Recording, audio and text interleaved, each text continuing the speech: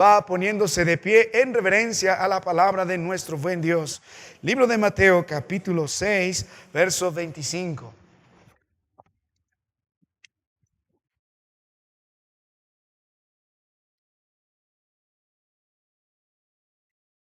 Si está físicamente habilitado, hermano, le invito a ponerse de pie. Mateo 6, verso 25. Amén. La palabra del Señor dice: por tanto os digo, no os afanéis por vuestra vida, qué habéis de comer, qué habéis de beber, ni por vuestro cuerpo, qué habéis de vestir. ¿No es la vida más que el alimento y el cuerpo más que el vestido? Mirad las aves del cielo, que no siembran, ni siegan, ni recogen en graneros, y vuestro Padre Celestial las alimenta. ¿No valéis vosotros mucho más que ellas? ¿Y quién de vosotros podrá, por mucho que se afane, añadir a su estatura un codo? Y por el vestido, ¿por qué os afanáis? Considerad los lirios del campo, cómo crecen, no trabajan ni hilan. Pero os digo que ni aun Salomón, con toda su gloria, se vistió así como uno de ellos. Y si la hierba del campo, que hoy es y mañana se echa en el horno, Dios la viste así, ¿no hará mucho más a vosotros, hombres de poca fe? No os afanéis pues diciendo: ¿qué comeremos? ¿O qué beberemos? ¿O qué vestiremos? Porque los gentiles buscan todas estas cosas, pero vuestro Padre Celestial sabe que tenéis necesidad de todas estas cosas. Mas buscad primeramente el reino de Dios y su justicia, y todas estas cosas os serán añadidas. Así que no os afanéis por el día de mañana, porque el día de mañana traerá su afán. Basta a cada día su propio mal. Nuestro Padre Celestial sabe que tenéis necesidad de todas estas cosas. Esta mañana vamos a continuar estudiando, hermano mío, cómo las riquezas, lo material, prueba el carácter, la moralidad del creyente. Ahora vamos a considerar que estas necesidades, lo material, va a probar dónde está nuestra confianza. Dios dice que Él sabe que tenemos necesidad de todas estas cosas. La pregunta esta mañana es: ¿cuál es nuestra actitud frente a las necesidades en nuestra vida? Esto va a develar dónde está nuestra confianza. Y tenemos esta mañana para ver: o está nuestra confianza aún en lo material, o nuestra confianza está en nuestro Dios. Así que las riquezas, las posesiones, nuestras carencias van a probar dónde está nuestra confianza. Vamos a orar. Padre, te doy gracias por tu palabra. Para mí siempre es un gran privilegio abrir. Mi Dios, vengo delante de ti suplicando gracia de la que hemos cantado, que puedas perdonar nuestras faltas y a pesar de lo que somos, Señor, tú puedas hablar a este pueblo. Muchos han llegado con problemas, Señor, miedos, temor, hay ansiedad en el corazón nuestro por lo que va a pasar mañana. Te ruego de todo corazón nos des paz en todo esto, Padre, que nuestra confianza pueda estribar solamente en tu precioso Hijo amado, su persona, su palabra, su obra, su providencia, su poder, de tal forma que podamos nosotros, Señor, descansar en Él en todo tiempo. Bendice a estos hermanos, y si alguien, Señor, no conoce a Cristo, tiene solo una religión, hoy pueda ser Cristo el todo en su vida. Pues tu palabra también dice: mas buscad primeramente el reino de Dios y su justicia, y la respuesta a ello es: todo lo demás será añadido. Qué promesa, Padre, qué consuelo. Gracias por tener cuidado de tus hijos. En Cristo bendice tu palabra. Amén. Hermano, le invito a ocupar su lugar. Un conocido misionero del siglo XIX llamado George Mueller, allá en Inglaterra, por la gracia del Señor, dirigía grandes orfanatos sin pedir dinero jamás a nadie. Nunca verías a este hombre haciendo campañas profundos. Confiaba plenamente en la provisión de Dios y era un hombre conocido por la vocación que tenía delante de Dios de ser un hombre piadoso, lleno de oración y lleno de la palabra. Una mañana no había nada para alimentar a cientos de niños en uno de los orfanatos donde él se encontraba. No obstante, George Mueller, ante esta necesidad, dijo: de todas formas, sienten a los niños, vamos a orar y pedir a Dios que provea y bendiga los alimentos. Apenas el hombre terminó de orar, alguien tocó la puerta y era un panadero. Dijo, ¿sabe? Sentí la necesidad que debía hornear pan extra y lo traje esta mañana. Momentos después, una carreta que estaba llevando bastante leche se averió al frente del orfanato y dijo, ¿sabe qué? Estoy con estos problemas, así que la leche no quiero que se pierda. Quiero dejarle delante de ustedes todo esto. Nosotros podemos ver en la vida de Jorge Müller la providencia de nuestro Dios de una manera real. El hombre de Dios conocía a su Padre y frente a las necesidades, él no actuó en una ansiedad constante ni tampoco en la desesperación. El hombre de Dios aprendió a confiar en Dios. Mirando la palabra de Dios en esta mañana, en el libro de Mateo, a partir del capítulo 6, en el que estamos estudiando, en el Sermón del Monte, mientras nuestro Dios, el Rey, como es presentado en Mateo, está sentado, abriendo su boca, enseñando, mirando a las multitudes, mostrando que el reino de Dios se ha acercado y mostrando la ley del reino y mostrando cómo nosotros debemos vivir bajo el reino.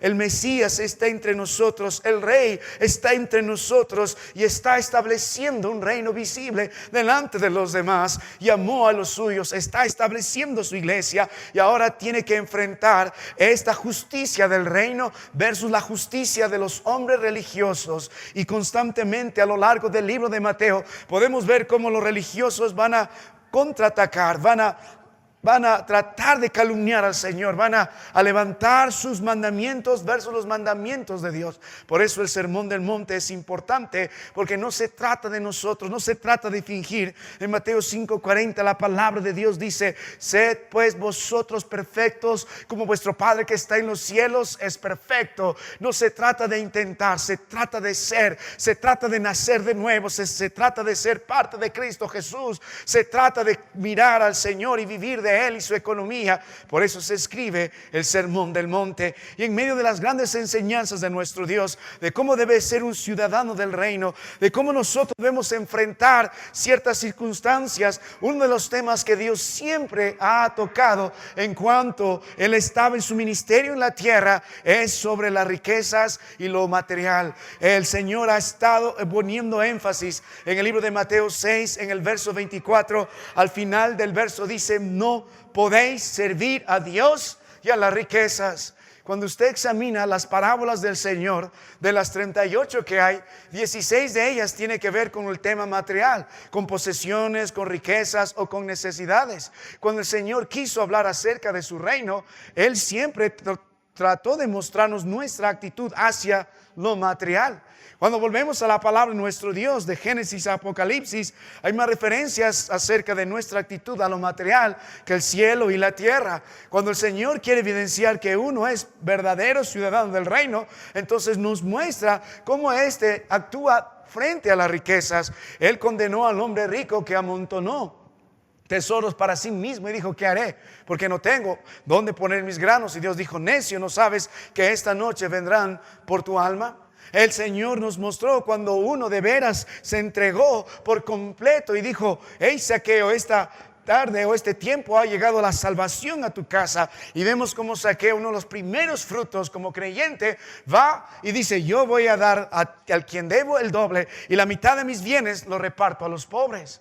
En otra de las historias de nuestro Dios, el joven rico que se acercó a él le dijo, hey, vende todo lo que tienes, dale a los pobres, toma tu cruz y sígueme. Y la palabra de Dios nos muestra que el joven rico se fue porque tenía muchas posesiones. Y más adelante el Señor nos da la clave de por qué, aunque este hombre cumplía la ley, la palabra de Dios nos muestra que su confianza estaba en lo material, en sí mismo, pero no en Dios. Por eso dijo, cuán difícil es que un rico en sí mismo hablando entre al reino de los cielos. Más fácil que un camello pase por el ojo de una aguja, y ustedes lo que conocen la analogía que hace nuestro Dios, que un rico entre a los cielos por esa razón. Así que para nuestro Dios es importante esto, y para nosotros también debe ser importante. Usted y yo debemos tener una visión bíblica, una actitud bíblica hacia lo material. Mucho de su actitud hacia lo material va a definir el carácter que usted tiene. Puede probarse si es un verdadero creyente o no lo es. La palabra de Dios nos dice, no podéis servir, el verso 24, a Dios y las riquezas. Así que el creyente debe tener una visión bíblica acerca de lo material, acerca de lo temporal. Dios quiere que podamos tener también una actitud sobre ello. Y para eso el Señor nos está enseñando algunas lecciones. ¿Cómo podemos tener una visión bíblica acerca de las riquezas? Esa es la gran pregunta. Si Dios le importa esto, entonces para nosotros también. Y entre paréntesis, hermano mío, usted y yo pasamos la mitad de nuestro tiempo pensando en el dinero, en cómo debemos producirlo, cómo puedo pagar mis deudas, ahora cómo haré para enfrentar las necesidades en casa. Constantemente estamos en ese afán, trabajamos justamente con el afán de conseguir algo extra. Ese es nuestro trabajo, es nuestra preocupación. Y también se ha notado esto, que el mal trato o la mala perspectiva hacia la economía trae problemas en casa. Muchos de ustedes pelean por la economía, pelean cuando hay dinero, pelean cuando no hay dinero, pelean porque esto, porque lo otro, qué vamos a hacer, por qué gastaste extra, por qué no gastaste, por qué lo diste, por qué no lo diste. Constantemente están peleando por el tema económico, aunque años en matrimonio, pero el problema económico sigue siendo un gran problema. Este no es el plan de Dios, esa no es la vida que Dios quiere, que vivamos en preocupación, en desánimo, tampoco en quiebra, tampoco en deuda, tampoco en pobreza, en miseria. Ese no es el plan de Dios. ¿Cuál es el problema? Es que no tenemos la perspectiva bíblica ni la actitud bíblica hacia las riquezas. Entonces, nuestro Dios nos ha mostrado algunas lecciones. La primera lección que hemos aprendido es en cuanto a la pertenencia de las riquezas, y hemos aprendido que el dinero pertenece a Dios. Todo el mundo le pertenece a Dios. El oro y la plata, según Ageo 2:8, le pertenece a Dios. Y eso que significa para nosotros que nada nos pertenece.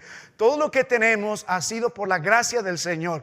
Hermano, la Biblia pregunta en el libro de Corintios: ¿qué tienes que no hayas recibido?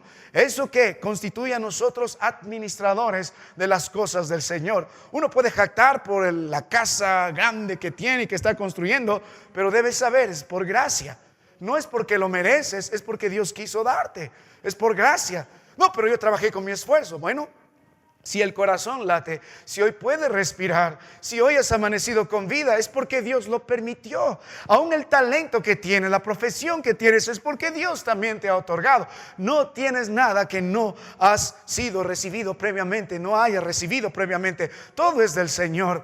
El único que puede vivir absolutamente por sí mismo es Dios. Él tiene esta virtud que se llama aseidad. Él vive y subsiste sin elementos externos. Usted y yo dependemos de Dios. El aire viene de Dios, la comida viene de Dios, el vestido viene de Dios. Usted no puede subsistir por sí mismo. Todo varón casado con una amada esposa entiende, cuando la mujer se enferma, bueno, ni se nota que se ha enfermado. Amén.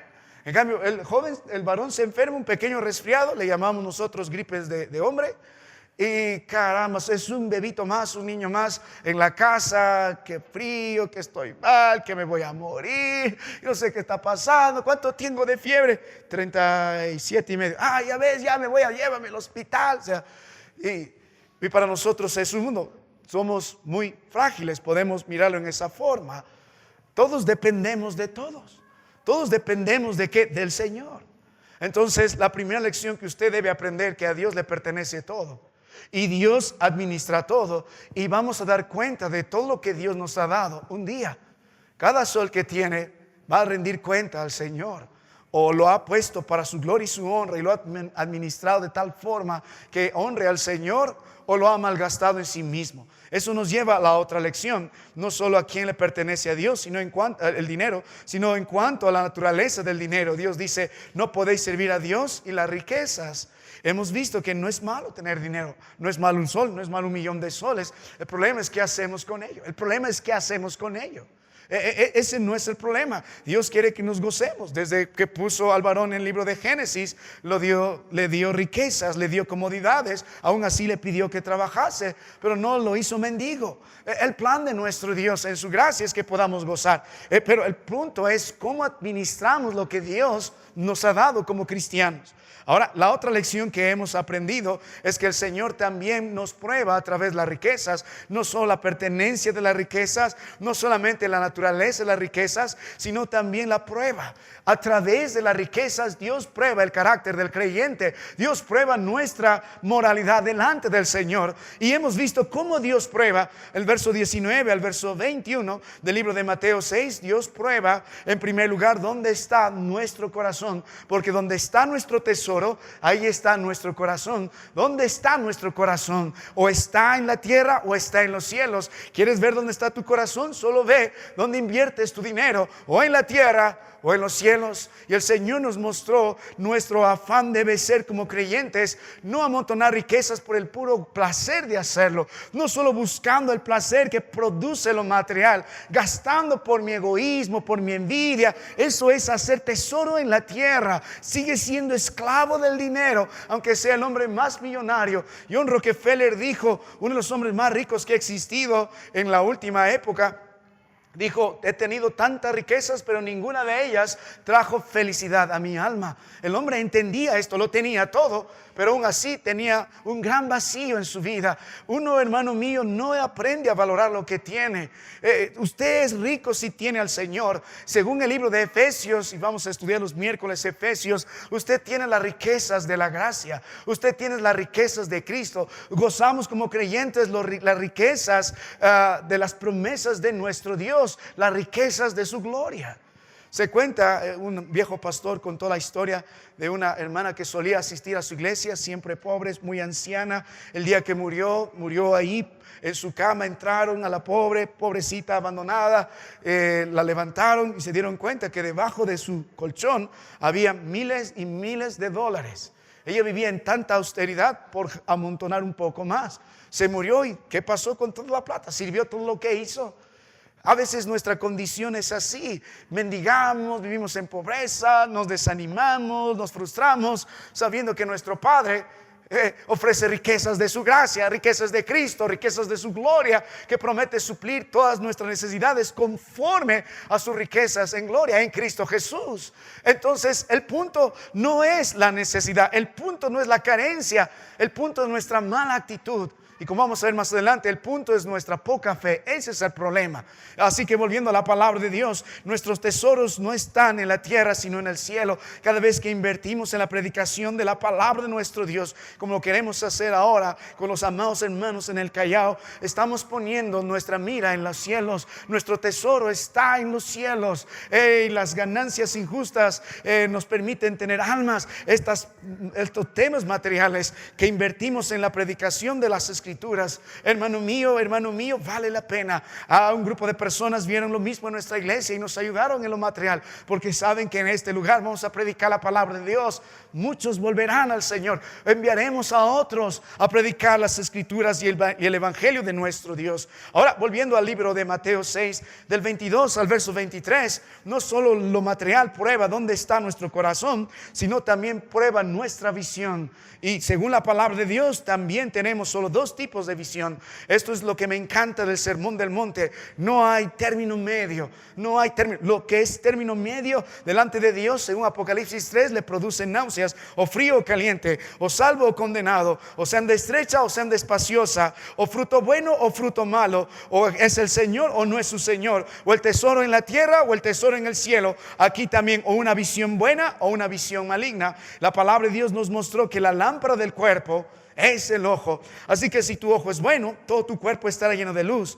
Pero si tu ojo es maligno, todo tu cuerpo estará, ¿qué dice? En tinieblas. Así que si la luz que en ti hay es tinieblas, ¿cuántas no serán las mismas tinieblas? Hemos visto esto también. Dios prueba nuestra visión. Si nuestro corazón está mal, toda la perspectiva nuestra estará mal. Cuando nuestros pensamientos están equivocados, cuando solo es la preocupación lo material y amontonar riquezas para un beneficio egoísta y malgastarlo en los placeres de nuestra carne, entonces tenemos una mala visión. Y hemos visto esta expresión, es una expresión idiomática entre los hebreos. Cuando habla de un ojo maligno, está hablando de un ojo tacaño. De un ojo tacaño hasta el día de hoy, entre la cultura de los judíos. Si quieres describir a un hombre exitoso entre su pueblo, es un hombre generoso. El más generoso, el que ha dado más por la comunidad, es un hombre exitoso. Ellos entendían esto, aunque no reconocían a Jesús como el Mesías. Nosotros con mayor razón debemos entender. Mire, ¿por qué razón? Si nuestro ojo es un ojo tacaño, si nuestra visión de la vida es para mí, el mejor lugar, las mejores cosas, no importa la necesidad del otro, no importa si el otro está muriendo con tal que yo estoy bien, de afuera se espera. Los gentiles así vivíamos, sin Dios en este mundo, así vivíamos, tras nuestros deleites, así vivíamos. Usted solo salga, póngase un volante en esta ciudad y empiece a manejar. Nadie cede al otro, todos te están cerrando y si quieres pasar tienes que cerrar al otro. Todo es yo primero, lo que a mí me importa, ¿qué me importas tú? Primero mis necesidades, primero lo que yo anhelo, ¿qué importa tú? Ponte al final aunque estés muriendo, ¿qué importa? Porque el ojo es maligno. En cambio el ojo bueno está buscando dónde ofrendar, dónde dar, cómo ser generoso, cómo ser de bendición. Un ejemplo de eso está en el libro 3 de Juan, cuando hablamos de este varón llamado Gallo. Era generoso, era conocido por su amor. Ese es, bajo la palabra de Dios, un hombre, según las escrituras, lleno de luz. Y el ojo tacaño, el ojo maligno, es un hombre lleno de tinieblas.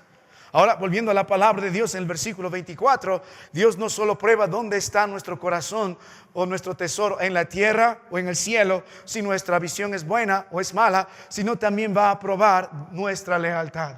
Y nota el proceso: si nuestro corazón y nuestros pensamientos son malos y amontonamos riquezas para nosotros mismos, nuestra visión es mala. Nuestra visión del mundo es mala. Nuestras decisiones son malas, son egoístas, basadas en nosotros mismos.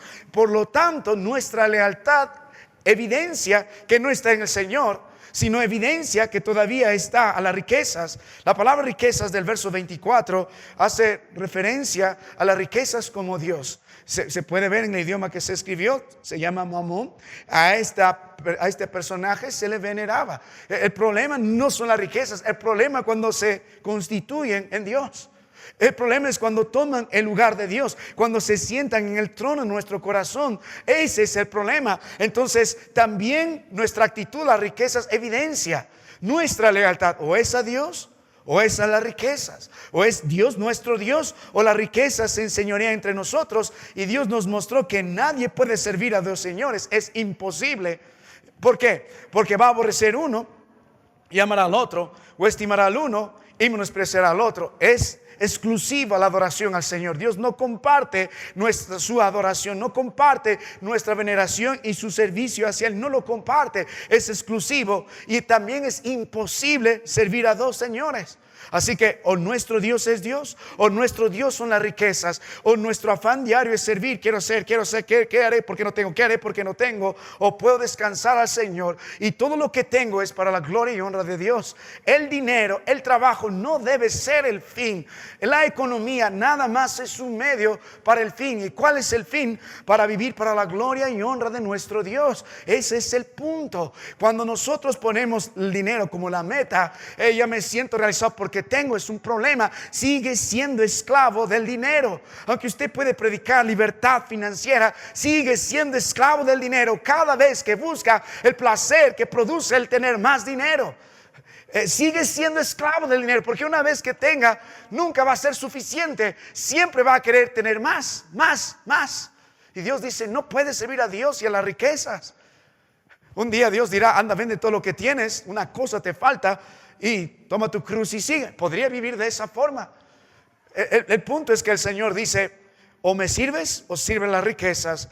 Y ahora entramos a nuestro mensaje esta mañana en Mateo 6, a partir del verso 25. Y si Dios me da la gracia, me gustaría predicar esto brevemente, porque en cuarto lugar, ¿qué prueban las riquezas? En el libro de Mateo 6 está probando dónde está nuestra confianza. No solo prueba dónde está el corazón, nuestra visión, nuestra lealtad, pero también prueba nuestra confianza. De los versículos 19 al verso 24, la perspectiva es donde hay abundancias. La palabra riquezas nos hace entender esto. Ahora, viendo el verso 25 al verso 34, la perspectiva hacia la economía es diferente. No está hablando de la abundancia, sino nota el verso 32. Porque los gentiles buscan todas estas cosas, pero vuestro Padre Celestial, que dice, sabe que tenéis necesidad de todas estas cosas, o también la urgencia de ser suplidas. ¿Qué es lo que el Señor nos quiere mostrar ahora haciendo un giro de esto? Nuestra actitud hacia la abundancia define quiénes somos, pero nuestra actitud hacia la necesidad, hacia la aparente escasez también va a definir quiénes somos. ¿Ves? Nuestra actitud a lo material siempre es importante delante de los ojos de Dios. Evidencia el carácter y en este caso va a evidenciar ¿qué? Mire, el problema no son las necesidades. Mire lo que dice la palabra de Dios en Mateo 6, verso 25. Dice, no os afanéis. Si sigue leyendo la palabra de nuestro Dios, un poco más abajo, verso 31, vuelve a decir, no os afanéis. Si vuelve a las escrituras, verso 34, que dice, así que no os afanéis. 3 veces en este contexto, la palabra de nuestro Dios claramente muestra cuál es el problema. El problema no son las necesidades. Todos siempre vamos a enfrentar ciertas necesidades. Usted mañana tiene que enfrentar el día y hay ciertas necesidades. En este contexto es lo básico que tiene que ser suplidas urgentemente. Comer, beber, vestirse. Está hablando de eso. Quien diga, no pastor, yo no tengo ninguna necesidad. Bueno, para mí que está mintiendo o algo pasa o está feliz. Pero todos enfrentamos las carencias, todos enfrentamos días de hambre. En el Antiguo Testamento puedes ver a Abraham, hubo hambre en la tierra en su vida 2 veces. En el libro de Ruth puedes ver a Elimelech, hubo hambre en la tierra, hay escasez. Para nosotros en nuestros días tenemos la situación más cómoda. Aquellos días, hermano mío, cuando hablaba el Señor a este grupo de personas, tú mirarías a las personas, mire, ¿cuántas prendas usted tiene puesta hoy? Si yo cuento 1, 2, 3, 4 y todo lo que hay por dentro, etcétera, hasta los zapatos, como 5, 6, algunos de ustedes 7, 8, con todos los accesorios, 11, 12, 13, bien abrigados, hace frío. En aquellos días Dios está hablando a personas que tienen una prenda y las mujeres a lo más 2, no tenían más. Y hablaba de necesidades urgentes, porque ahora nosotros no pasamos hambre. Algunos han pasado cierta carencia en su niñez, pobreza, han mendigado, pero tiene un techo donde dormir. Creo que todos han comido, todos están vestidos, no están dando desnudo. O un pan podemos comprar, vamos al mercado, hay menú de 5 soles, no puedes morir de hambre. En esos días, si no llovía, no había neblina en las colinas, no había agua, no había comida, no había nada. Cuando Dios habla de Abraham, habla de Isaac, habla de los días de los jueces, habla de los días de Ruth, habla de los momentos que hubo hambre en la tierra. De verdad hubo hambre en la tierra. No había nada que comer. Entonces, es lo que el Señor está hablando a este grupo de personas. Y conocen las necesidades. Pero el problema no son las necesidades. Aún sean urgentes, aún sean básicas, aún sean indispensables. Ese no es el problema. Si usted ve, el problema es enfatizado por el Señor hasta 3 veces. Dice, no os afanéis, no os afanéis, no os afanéis. El problema no son las necesidades. El problema es dónde está nuestra confianza. Así que lo material también va a probar dónde está nuestra confianza. ¿Sabe qué? Nosotros creemos que somos salvos. Amén. Los que hemos creído en Cristo Jesús por gracia, por medio de la fe. Y hemos confiado al Señor nuestra alma para la eternidad. Sabemos que morimos en Cristo, estaremos con Él para siempre. Es nuestra confianza, nuestra fe en las promesas de vida eterna. Es curioso que podemos confiar nuestra alma para la eternidad a las manos de Cristo Jesús, pero no podemos confiar nuestra vida, nuestro cuerpo temporal para el día de hoy. Es lo curioso. Entonces Dios dice, si has confiado tu vida para la eternidad en mis manos, ¿no puedes confiar el hoy? ¿No puedes poner tu vida para el hoy? Ahora, mirando la palabra de nuestro Dios en esta mañana, hermano mío, la pregunta para nosotros sería, ¿dónde está nuestra confianza? ¿Cómo es nuestra actitud frente a las diversas necesidades? Quizá alguno está pasando por enfermedad, alguno por temas económicos, otro por pagar las deudas, alguno porque no tiene que. Si no llega a esta ofrenda o este dinero o esta plata, no voy a subsistir. Y estamos mirando el mañana con bastante preocupación y es lo que produce ansiedad. Así que volviendo a la palabra de nuestro Dios, hermano, mientras los ricos son tentados a confiar en sus posesiones, los pobres están tentados a preocuparse y vivir desgastando su mente en este tipo de preocupación frente a las necesidades. Mire un momento la palabra de nuestro Dios antes de desarrollar nuestro mensaje.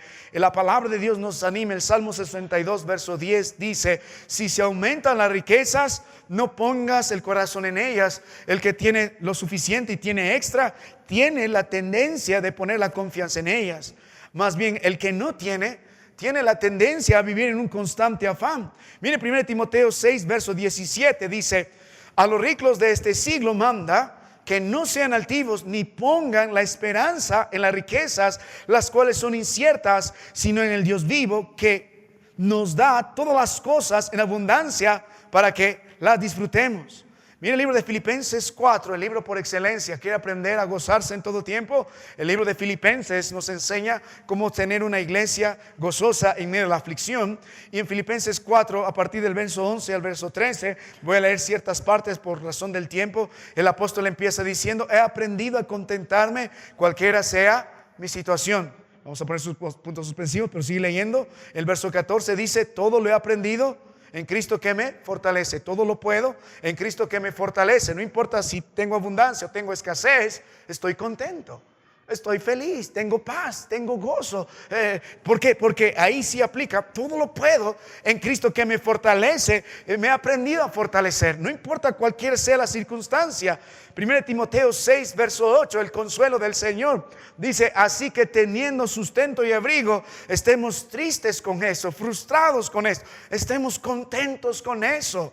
No hay razón para no estar satisfecho, para no sentirse pleno en el Señor. El verso 9 dice: porque los que quieren enriquecerse caen en tentación y lazo y en muchas codicias necias y dañosas que hunden a los hombres en destrucción y perdición. Verso 10: porque raíz de todos los males es el amor al dinero, el cual codiciando algunos se extraviaron de la fe y fueron traspasados de muchos dolores. Y esto vamos a meditar el próximo domingo. Mas tú, oh hombre de Dios, huye de estas cosas y sigue la justicia, la piedad, la fe, el amor y la paciencia y la mansedumbre. Luego decir que pelee la buena batalla. Pero nuevamente, a la luz de la palabra de Dios, este tema es tocado. El problema no son las necesidades, el problema no es la abundancia, el problema es nuestra actitud a ello, cuando hay y cuando no hay. Entonces la pregunta es: ¿dónde está nuestra confianza? Nuestra actitud frente a la necesidad va a revelar dónde está nuestra confianza frente a la necesidad. ¿Qué hace usted? Y la palabra de Dios nos va a mostrar: solamente hay dos lugares donde podemos nosotros confiar. O confiamos en nosotros mismos, en lo material, o confiamos en el Señor. ¿Cómo responde usted a las necesidades en su vida? ¿Cómo lo hacemos? Como creyente, el mundo sabemos cómo lo hace. La Biblia habla de los gentiles, pero ¿cómo lo hace el creyente? Y solo tiene dos lugares: o está en las riquezas terrenales o está en el Señor. Así que vamos a considerar estos dos puntos en nuestro mensaje. Vamos a la palabra de nuestro Dios y note el versículo 25. Consideremos nuestro primer punto esta mañana. Nuestra actitud hacia las necesidades va a reflejar dónde está nuestro corazón, dónde está nuestra confianza, o en lo material o en el Señor. Verso 25 dice: por tanto os digo, no os afanéis por vuestra vida, qué habéis de comer o qué habéis de beber, ni por vuestro cuerpo, qué habéis de vivir. Cuando nosotros confiamos en las riquezas, en lo material, en lo terrenal, ¿sabe qué va a pasar? Vamos a vivir dominados por una constante ansiedad. Es lo que sucede. El hombre que es rico y rico en sí mismo y tiene muchos bienes materiales, siempre vive en constante ansiedad. La Biblia nos mostró esta parábola del hombre rico. Dios bendijo su campo, ya produjo lo suficiente el campo porque tenía bastantes graneros. Ese día, si tú quisieras mostrar tu riqueza, acumulabas granos, acumulabas ropa. Entonces el hombre dijo: ya está. Pero el mensaje en su corazón era una y otra vez: ¿qué haré? Porque no tengo. ¿Qué haré? Porque no tengo. Oye, pero Dios ya te ha bendecido, pero ya tienes tus graneros llenos de toda bendición de Dios. Pero aún así, el afán era: ¿qué haré? porque no tengo. Constantemente preocupado, ¿qué haré porque no tengo? No tengo espacio, quiero más espacio. ¿Qué haré porque no tengo? Quiero más, quiero más, quiero más. Un hombre que vive en constante ansiedad está evidenciando que su fe no está en Dios. Si no, no viviría en ansiedad. Si no, su fe todavía está en lo material. ¿Sabe por qué? La palabra afán aquí es una palabra bastante interesante y Dios quiere que usted y yo podamos entender qué es vivir en afán. La palabra afán básicamente nos da la idea de algo dividido, de estar partido en partes, y es lo que produce la ansiedad en nosotros o el afán en nosotros. Tenemos una mente dividida, tenemos una mente distraída, estamos absorbidos. Y especialmente el afán y la ansiedad, de lo que la palabra de Dios habla, es la preocupación constante por el día de mañana. Es por lo que va a pasar. Hay algunos que vivimos deprimidos por lo que pasó ayer. Hay otros que vivimos constantemente preocupados por el hoy. Pero una de las cosas que destruye bastante es la preocupación por el mañana. Es la constante preocupación. De esto es lo que Dios está hablando. ¿Por qué? Porque nota la palabra de nuestro Dios. El verso 34 dice: así que no os afanéis por el día de mañana. Desde el verso 25 dijo: no os afanéis. Verso 31, no os afanéis. Verso 34 vuelve a decir: no os afanéis. El afán y la ansiedad tiene que ver por la preocupación de las necesidades del mañana. Del mañana. Del mañana. Eso nos carcome, no nos deja pensar, no nos deja dormir, no nos deja desarrollar nuestras actividades. Entonces la palabra de Dios, volviendo al verso 25, dice: no os afanéis por vuestra vida. Esta palabra vida es un término amplio que va a abarcar todo el bienestar nuestro, físico, mental, emocional, espiritual. Dios habla hablando de la vida en el sentido más pleno posible. Dios dice: no os afanen por vuestra vida, por lo que va a pasar con nuestra vida mañana. Y la orden de nuestro Dios es clara. Dice: no os afanéis. Y vuelve a decir: no os afanéis. Porque la preocupación constante por el mañana, por las necesidades futuras, no agrada a Dios. Y evidencia que nuestro corazón y nuestra confianza no están en el Dios que nosotros solemos hablar de y confiar y animar a otros, sino está todavía en lo material, en lo terrenal. Aún nuestro corazón sigue siendo como los gentiles. Ahora, mirando nuevamente a la palabra de nuestro Dios, el libro de Mateo capítulo 5, usted puede notar que es un grave mal. Verso 25 dice: por tanto os digo, no os afanéis por vuestra vida, qué habéis de comer, qué habéis de beber, ni por vuestro cuerpo, qué habéis de vestir. Mire, el Señor hace varias preguntas retóricas porque las respuestas son implícitas para que podamos reflexionar. El afán constante: qué comeré, qué beberé, qué vestiré, qué haré esto, qué haré esto, qué haré lo otro. Pon toda la lista larga en tu vida. Ese no es el plan. No debemos vivir en eso. Tampoco está diciendo: olvídalo y no proveas para lo necesario. No, está diciendo que ese tipo de estado no forma parte del creyente. Más bien, delante de Dios, delante del Rey, mientras establece su reino delante de nosotros, le ofende. Es algo que quebranta su corazón. Es un gran mal delante de los ojos de nuestro Dios. ¿Sabe? Estudiando un poco cierta analogía con lo que estamos viendo, se dice que la niebla densa,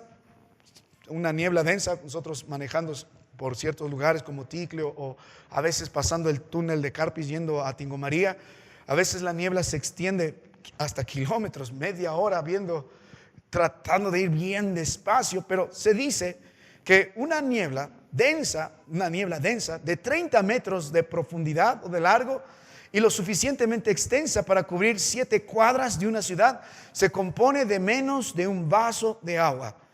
Y si dividimos en 70,000 millones de gotas, este vaso se va a formar este tipo de niebla.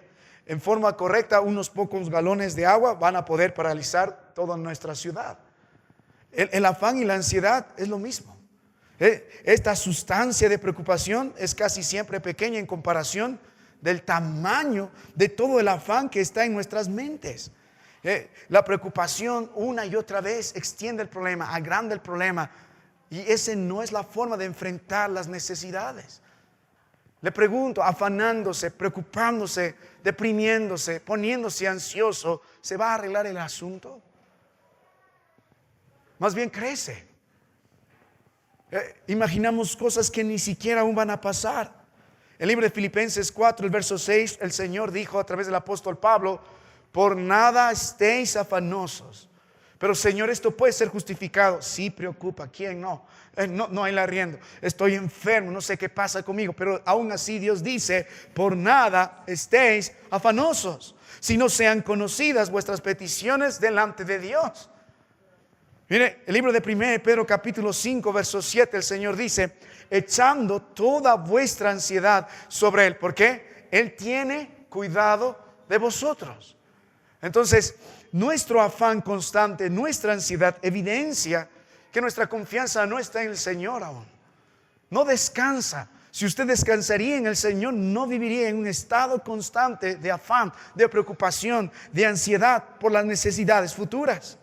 Frente a la necesidad, si usted empieza a tener una actitud ansiosa constante, evidencia que su corazón todavía no confía en el Señor plenamente. Mire, volviendo a la palabra del Señor, usted tiene que entender por qué esto es importante. Si primero logra identificar la actitud preocupante, constante, la mente dividida, las frustraciones, la ansiedad agrandada, no puede descansar, no puede dormir, usted puede identificar ese problema en su vida. Y según la Biblia, más que una enfermedad, es un pecado, porque menosprecia la providencia de Dios, la soberanía de Dios, las promesas de Dios, las riquezas de la gracia, las riquezas de la gloria, las riquezas de Jesucristo. Ahora mire las consecuencias, si logra identificar, mire las consecuencias. ¿Sabe, hermano? En primer lugar, el afán, por eso dice el verso 25, no os afanéis. Verso 31, no os afanéis. Verso 34, no os afanéis. La expresión de esta palabra, el verbo de afanarse, es constante, es constante. ¿Qué sucede en nuestra vida cuando uno vive en afán? Nuestra vida es afectada. Nuestro estilo de vida es condicionado y se evidencia en área familiar, área personal, en la iglesia, en la laboral, en lo social, en lo íntimo. En el Antiguo Testamento, en el libro de Jueces, puedes ver a un hombre de Dios llamado Gedeón. Esos días, por miedo, por temor, el hombre de Dios debería estar espigando al aire libre para separar las impurezas del trigo, y el aire hacía el trabajo. Pero está dentro de un lagar en el libro de Jueces. ¿Por qué? Porque tiene miedo. El miedo y la ansiedad son amigos, son casi primos hermanos. ¿Y qué hacen? Condicionan nuestro estilo de vida. Ahora el hombre de Dios está viviendo dentro de un hueco, lo que era un lagar, era un hueco donde se pisaban las uvas. Su estilo de vida está afectado. Una persona que vive en ansiedad constante, en temor constante, tiene un estilo de vida condicionado por la preocupación. No puede tratar bien a su esposo porque está en ansiedad. No puede corregir a sus hijos porque vive en ansiedad. No puede servir al Señor como debe porque vive en ansiedad. Vive preocupado, su mente no está ocupado en las cosas eternas ni las promesas del Señor. No está constantemente meditando las Escrituras, sino en la preocupación del mañana. Y su estilo de vida se condiciona a ello. Ahora, el mundo que ofrece un tratamiento, no una solución, sino un tratamiento a la ansiedad. Entonces, algunos pueden recibir ciertas pastillas, somníferos, los que no pueden dormir por una preocupación constante. Algunos están en tratamiento psiquiátrico. Pero ¿qué ofrece el Señor? Él ofrece la solución. Él ofrece quitar la ansiedad de nuestras vidas y el afán constante es lo que ofrece el Señor. Ahora, mirando solo la vida, mirando el afán, la ansiedad, afecta el sistema nervioso, afecta el sistema cardiovascular, afecta el sistema digestivo, inmunológico, afecta y promueve. Hay mucha conexión entre la ansiedad y el cáncer y está estudiado todo eso. Hay mucho de eso. Ahora, yo sé que enfrentamos algunas enfermedades hereditarias, etcétera, pero no importa cuál sea el mal, la ansiedad lo va a exacerbar. ¿Ve?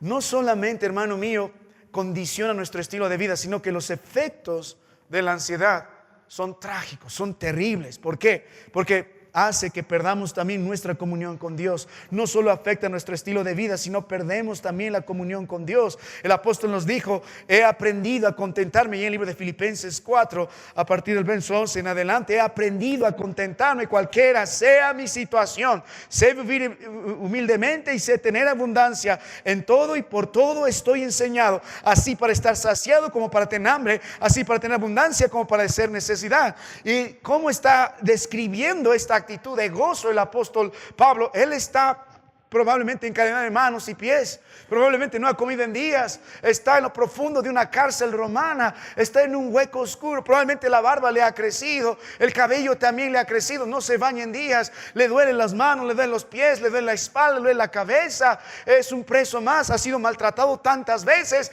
pero algo sucede dentro de esa cárcel y en el corazón del apóstol Pablo. El hombre de Dios tiene gozo, no importa las circunstancias, tiene gozo. Los efectos de la ansiedad son sumamente, hermano mío, poderosos, son trágicos. No solo afecta a su estilo de vida, le cambia, sino que también le quita el gozo que debería tener de parte de nuestro Dios. El contentamiento del cristiano está en entender que Dios es dueño de todo, que Dios provee todo, que Dios controla todo y que Dios suplirá las necesidades de sus hijos conforme a sus riquezas en gloria. ¿Sabe?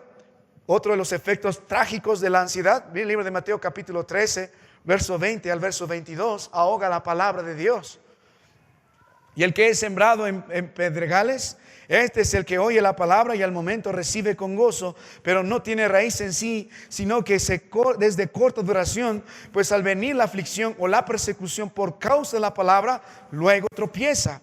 El que fue sembrado entre los espinos, este es el que oye la palabra, pero el afán de este siglo y el engaño y las riquezas ahogan la palabra y se hace infructuosa. La palabra sembrada entre espinos es la palabra sembrada entre los afanes de nuestras vidas y nunca va a tener resultado la palabra de nuestro Dios, ni fruto ni madurez, porque se ahoga. O sea, si usted viene con ansiedad a escuchar la palabra de Dios, no va a ser beneficioso en su vida. Lo recibirá un rato, pero se olvidará, volverá y se olvidará de todo. No hay resultado. Y justamente su medicina es la palabra de Dios. Es la palabra de Dios. Son las promesas del Señor. Es la voluntad de Dios para su vida. Su mente no debe estar perturbada por estos afanes y estos pensamientos vez tras vez, porque hacen infructuosa la palabra de Dios. Su mente debe descansar en la gracia del Señor. Señor, háblame, yo te necesito. Entre comillas, un afán, una manera de combatir el afán es orar. El apóstol Pablo dijo: por nada estéis afanosos, si no sean conocidas vuestras peticiones. Y Dios dijo: en lugar de estar quejando, Señor, no hay, Señor, esto, Señor, me falta esto, comida, vestido, arriendo, qué sé yo, pon la lista larga. Dijo: conviértelo en un motivo de oración. Y Señor, no hay pan, pero tú eres el Dios que provee todo. Señor, estoy enfermo, pero tú eres el médico de médicos. Señor, hay estos problemas, pero para ti no hay nada imposible. Es la manera. Porque el afán quita el gozo. Y la palabra de Dios se hace infructuosa. Y lo que necesita es meditar más en las Escrituras, más en la voluntad de Dios, porque usted quiere conocer más a Dios. Recuerda cuando Dios trató el problema en la vida de Job, que le había sido quitado todo porque Dios lo permitió. ¿Acaso Dios vino y respondió por qué pasó esto? Job, en algún momento de la Biblia, Dios le dice: yo permití que Satanás venga y se le permita que te mate a los hijos, te lleve todo lo que tienes, te enferme. No, nunca. ¿Cuál fue la respuesta del Señor efectiva ante lo que estaba pasando Job? Solo dijo: mírame cuán grande soy, conóceme. Es la forma de enfrentar. Porque si miramos a nuestro Dios y miramos cuán grande es Él y miramos sus promesas de vida eternas, y si estamos en plena comunión con Él, veremos que para Él no hay nada imposible y que todo está en el control de sus poderosas manos.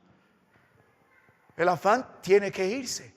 Entonces quita la palabra del Señor, pero el afán también nos impide, hermano, esperar con gozo la segunda venida de nuestro Dios. El libro de Lucas 21, del 34 al 36, al final del verso 36 dice: velad pues en todo tiempo, orando que no seáis tenidos por indignos de escapar de todas estas cosas que vendrán, y estar en pie delante del Hijo. ¿Por qué? Porque en los versos anteriores hablan de eso. El verso 34 dice: mirad también por vosotros mismos, que vuestros corazones no estén cargados de glotonería, embriaguez y de los afanes de la vida, y venga de repente sobre nosotros aquel día. El afán nos impide tener la actitud bíblica acerca del advenimiento de nuestro Dios. ¿Por qué? Porque queremos que su reino sea establecido en nosotros. El afán nos excluye de vivir para el reino de nuestro Dios. Nos excluye de vivir para la gloria de este Dios. Nos hace malos siervos. No podemos servir a nuestro Dios con un afán constante. Mire, vuelvo un momento a la palabra de nuestro Dios, hermano, libro de Mateo capítulo 6, y entienda algo más. ¿Dónde está su corazón? ¿Dónde está su confianza? Y la palabra de Dios nos dijo, si hay afán, todavía nuestra confianza no está en el Señor. Y Dios dijo, identifica el afán, este pensamiento constante y la preocupación constante por la necesidad del mañana. Y Dios nos ha mostrado los efectos que trae la ansiedad. Pero mire también, hermano mío, las causas que promueven la ansiedad. ¿Cómo alimentamos nuestra ansiedad? Dios quiere que lo quitemos también. No solo vea el problema, no solo vea los efectos, sino vea la causa. Vea la causa que origina la ansiedad. Mire la palabra de Dios y sutilmente lo hacemos. Mire la Biblia, el verso 25 dice, por tanto os digo, no os afanéis por vuestra vida, ¿qué habéis de comer? Y el verso 32 dice al final que tenéis necesidad. Todo lo que está hablando, la comida, la bebida, la vestimenta, el cuerpo, son necesidades. Así que alimenta el afán cuando nos afligimos por lo que no tenemos. La aflicción por la necesidad, por lo que necesitamos, causa afán. Las necesidades básicas de comer, de beber y vestir son toda persona que en aquellos días luchaba por ello. Nosotros no tenemos ese problema como antes. Probablemente en ciertos lugares de nuestro país donde hay pobreza extrema, en ciertos hogares sí luchan. Hoy comí pan. ¿Qué comiste anoche? Pan. ¿Qué comiste desayuno? Pan. Y mañana no sabremos. Aún para ese tipo de personas Dios dice, no vivas en afán. ¿Por qué? Porque la aflicción por lo que no hay, el pesar por lo que no hay, alimenta esto. ¿Sabe? Algo que usted debe entender es que sí, Dios nunca va a bendecir el pecado. Si hay uno de ustedes que está en la quiebra y está en la bancarrota, probablemente ha tomado ciertas malas decisiones en su vida. No digo que necesariamente es así, pero muchas de las circunstancias terribles en nuestra vida son nuestras malas decisiones. Nos endeudamos porque compramos algo que no necesitamos para impresionar al que más odiamos, y con el dinero que el mañana Dios dará. Y nos prestamos en cómodas cuotas mensuales para pagar un televisor en 50 años, si Dios lo permite. Y luego nos quejamos porque estamos en bancarrota. O en algún momento tomé todo lo que tenía y bueno, lo invertí en la fiesta de, no sé, de 15 años de mi hijo, en un lugar por allá, de mi hija, y no era necesario tanto asunto, traje a no sé a qué grupo, y ahora no sé qué hacer. ¿Cómo voy a pagar eso? Literalmente se fue el agua a la letrina. Afuera se vive así, pero no entre nosotros como creyentes. Entonces Dios dice, aún a pesar de todo eso, hermano mío, usted debe aprender a estar a cuentas con el Señor y descansar en Él. Muchos hombres de Dios perdieron la batalla. En Génesis 12, cuando hubo hambre en la tierra, ¿a dónde se fue Abraham? A Egipto. En Génesis 24 volvió a la misma dirección.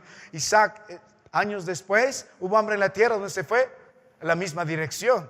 Elimelech, en el libro de Rudú, no hubo hambre en la tierra, ¿dónde se fue? A los campos de Moab. Perdieron la batalla. ¿Sabe? Lo primero que nosotros hacemos cuando hay necesidad en nuestras vidas es la aflicción, es el pesar, es el desánimo. Eso alimenta el afán. Me siento mal, no tengo lo que debo tener. Dios no me está bendiciendo y empieza a quejar. Hay hambre en la tierra. Ahora, ¿qué está pasando? Mejor vámonos. Y nos movemos no por la voluntad de Dios, sino en función de nuestra billetera. Abraham, hubo hambre en la tierra, no consultó, Señor, ¿me voy? Elimelech no consultó, Señor, ¿me voy? No, él dijo, me voy. En Egipto hay bendición, volvamos allá. Egipto siempre va a representar el mundo, va a ser la figura del mundo. Dejamos de lado la tierra de Dios, la voluntad de Dios, el servicio de Dios, los privilegios de Dios. Porque hay hambre, Señor, hay hambre aquí. Me has traído un lugar para morir de hambre. ¿No fue lo mismo que pasó con el pueblo de Dios en el desierto? Y Dios le dijo, oye, te doy el maná todos los días. Aunque recibieron el maná un día a la vez, el pueblo se cansó, quiero carne. Nos recordamos cómo era en Egipto. Nos has traído de morir de hambre en el desierto. Eso alimenta constante el afán, la aflicción, la frustración por las necesidades que no han sido satisfechas. Ahora, volviendo a la palabra de nuestro Dios, mire lo que dice el Señor. Por tanto os digo, no os afanéis por vuestra vida, qué habéis de comer o qué habéis de beber, ni por vuestro cuerpo, qué habéis de vestir. ¿No es el cuerpo más que el alimento y el cuerpo más que el vestido? Lo que el Señor está diciendo aquí, no hay una razón natural, real para afanarse. Y hace la analogía en esta pregunta retórica, ¿no es la vida más que el alimento? Es decir, para que usted pueda tener vida, ¿qué necesita? Comer. Para que usted pueda mantener un cuerpo, ¿qué necesita? Vestido. O sea, el cuerpo depende. Nosotros somos dependientes. Sí, necesitamos comer, necesitamos beber y necesitamos vestir. Sí, son las necesidades básicas. Entonces, el problema es, ¿por qué nos afanamos? Sí, para vivir necesitamos comida, para mantener este cuerpo necesitamos vestido, necesitamos comida y bebida. ¿No entiende, dice la palabra de Dios, que Dios entiende todo esto? Entonces, ¿qué alimenta el afán en nuestras vidas? No solo la aflicción constante o el pesar constante por las necesidades que no son satisfechas, sino también, hermano mío, porque olvidamos lo que Dios, nuestro Padre Celestial, hace. Porque mira el verso 26, dice, mirad las aves del cielo, que no siembran, ni ciegan, ni recogen en graneros. Y que dice, y vuestro Padre Celestial las alimenta. Estas regiones del Mediterráneo eran muy conocidas por la gran migración de aves, siempre. Ellos entendían la conducta de las aves. No es que ellos están solamente ahí.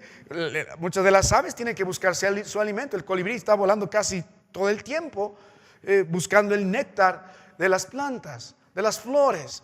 Hay aves que escarban y buscan los gusanitos, pero todo esto lo está proveyendo Dios. No significa que usted va a dejar de hacer lo que tiene que hacer. El problema es el afán. El problema es la falta de confianza en el Señor. Ese es el problema, porque Dios dice que Él sabe que tenemos necesidad de todas estas cosas. Dice, y vuestro Padre Celestial las alimenta. ¿No valéis vosotros mucho más que ellas? Mire, olvidamos muchas veces, hermano mío, al preocuparnos por la comida, olvidamos que Dios es el que provee el alimento. Al preocuparnos por el vestido, olvidamos que Dios es el que provee el vestido. Nos preocupamos por la bebida, pero olvidamos que Dios es el que provee todas nuestras necesidades en esos sentidos. Y el Señor también dice, no solo soy el que provee, sino soy el que valoro. Si hago esto por la naturaleza, por estas aves que no he entregado mi vida, por estas aves que no han muerto mi hijo, ni tienen promesas de vida eterna, ¿no hará más por aquellos que Cristo derramó su sangre en la cruz del Calvario? Por estas aves que ni son consideradas, ni son contadas. A veces ni importa, se murió, pobrecito, ¿qué vamos a hacer? Se murió en tierra la palomita.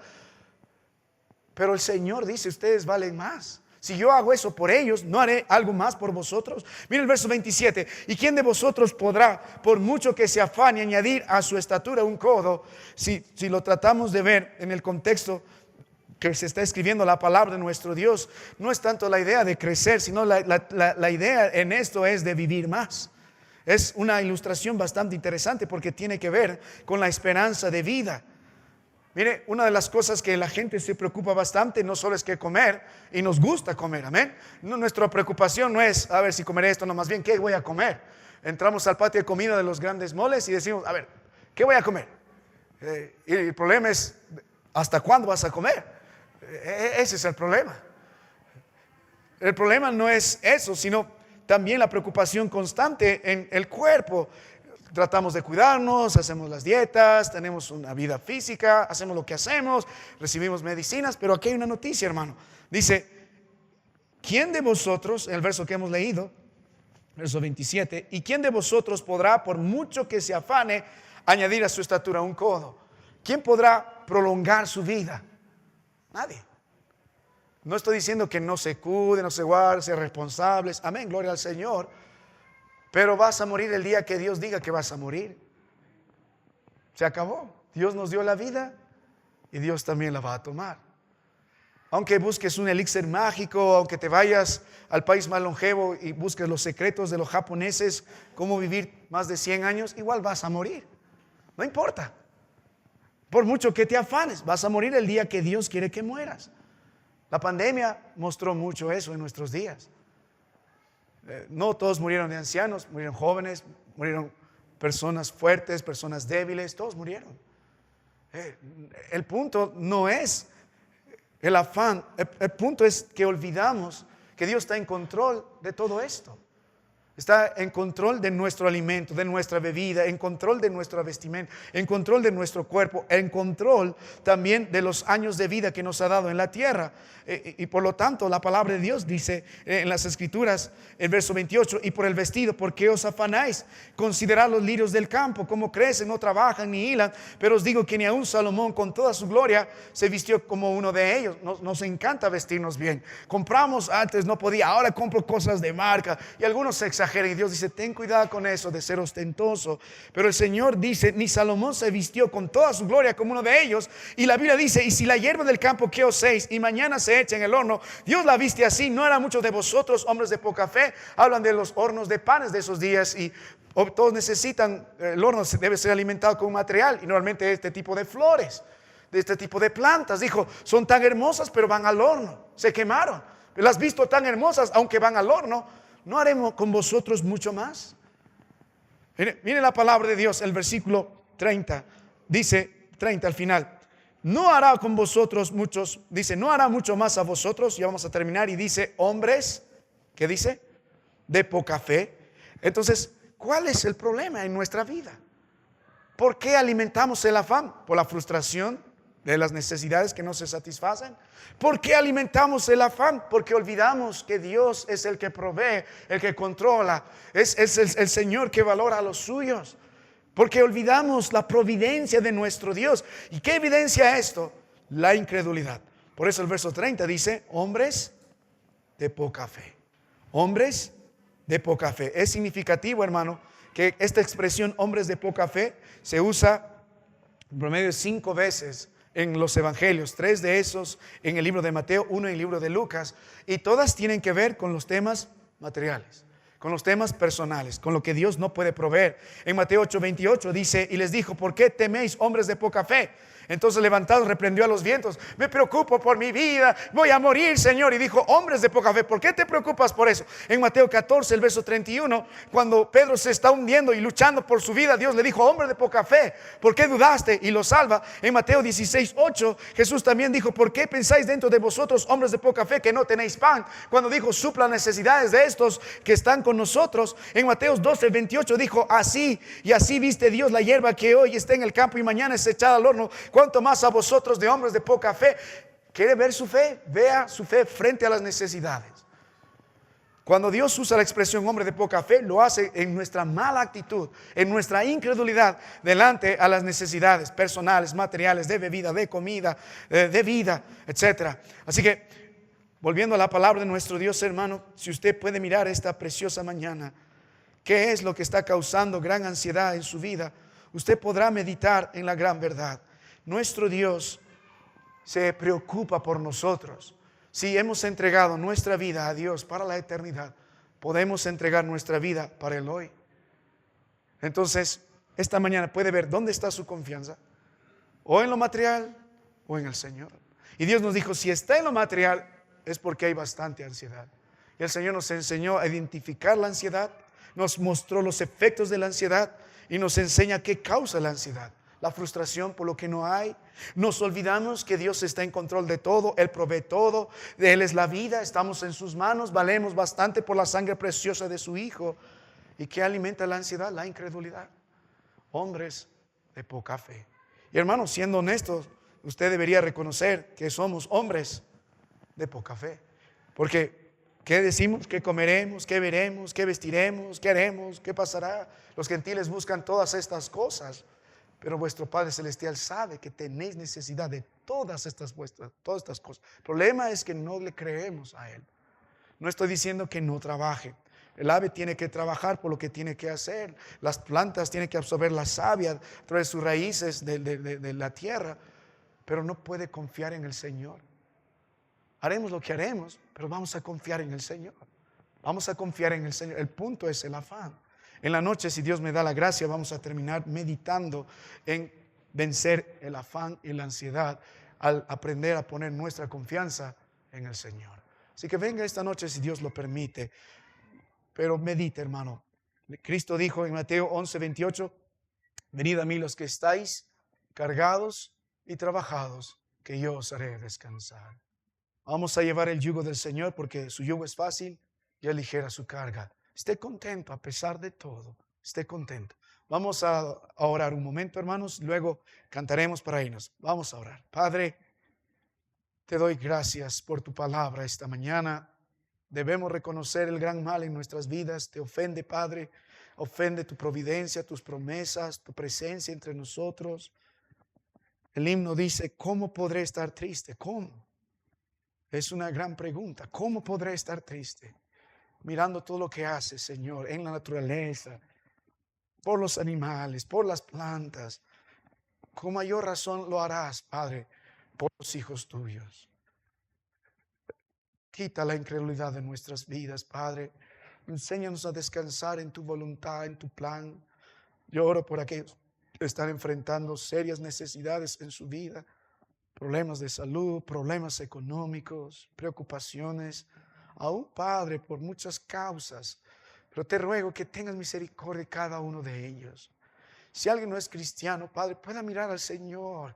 Si alguien vive dominado por años en la ansiedad, la respuesta no está solo en aliviar y mejorar los síntomas, sino la respuesta está en confiar plenamente en Cristo.